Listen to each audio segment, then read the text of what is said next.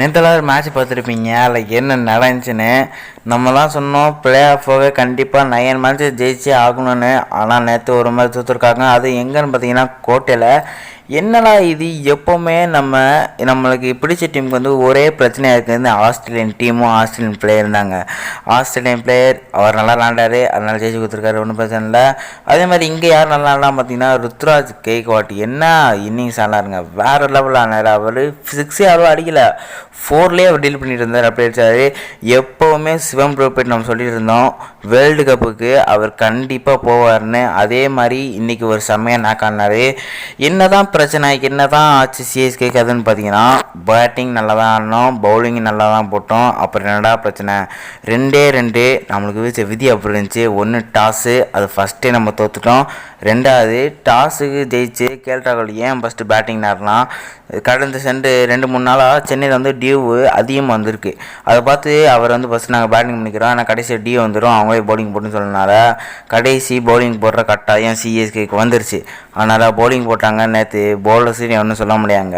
Bowling குடத்தில் முக்கிய எடுத்த மாதிரி தண்ணியாக ஒழுகுச்சு, அப்போ இருந்துச்சு. டியூ வலிக்கிட்டு போச்சு. அதனால் பேட்டுக்கும் நல்லா வந்துச்சு, அது அடிக்க முடிஞ்சிச்சு அவங்களால. நல்லா நீங்கள் சிஎஸ்கே பேட்டிங் நல்லா பார்த்தாலே உங்களுக்கே தெரியும். நல்லா ஒத்து கவனிச்சு பாருங்கள். ருத்ராஜ் கெய்க்வாட், சிவம் டூபே, ஜடேஜா அப்போ அடிக்கிறாரு, தோனி நல்லா ஃபார்மாக இருக்காரு. இவங்க 4 பேரை தவிர மற்ற யாருமே அவ்வளோ அடிக்கலைங்க. ரகானே ஃபார்மில் இல்லை, மிச்சலுக்கு படவே இல்லை பால். ஃபஸ்ட்டு ரச்சின் ரவீந்திராவுக்கு 2 மேட்ச் பட்டுச்சு, அதுக்கடுத்து அவங்களும் தூக்கிட்டாங்க. இப்போ பார்த்தீங்கன்னா அவங்க 4 பேர் மட்டும் அடித்தாதான் ரன்னு வருன்ற நிலமையில் இருக்குது சிஎஸ்கே. ஒன்றே ஃபார்மில் வர பார்க்கணுங்க. போனாட்டி விளாண்ட எல்லாத்தையும் மேட்ச்லேயே பார்த்துருப்போம். ருத்ராஜ் அண்ட் டூபே ஃபயர் ஆகலாம், அவங்களோட ஸ்கோர் என்ன வந்துச்சுன்னு. அடுத்த 2 மேட்ச் ஹோமில் நடக்குது, அதில் கண்டிப்பாக ஜெயிச்சாகணும், இல்லாட்டி பிளே ஆஃபோட கனவு கொஞ்சம் கொஞ்சமாக விட்டு போகுங்க சிஎஸ்கேலேருந்து. கண்டிப்பாக ஜெயிச்சாகணும். ஆனால் அடுத்து எஸ்ஆர் கட்சி என்ன பண்ண போகிறாங்கன்னு தெரில. 200 300 தெரிலங்க. சிஎஸ்கே ஒரு சில சேஞ்சஸ் கொண்டு வந்தாங்க. ரச்சின் ரவீந்திராவுக்கு டேரல் மிச்சல், அடுத்து வந்து பார்த்தீங்கன்னா வேறு எதுவும் பண்ணல.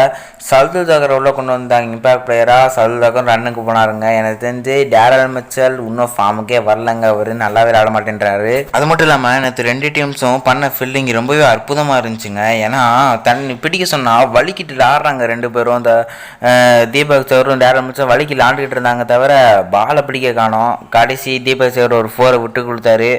அதெல்லாம் என்னங்க சொல்கிறது, வலிக்கு விளாண்டுக்கிட்டு இருந்தாங்க, அதையும் தண்ணியாக இருந்தனால.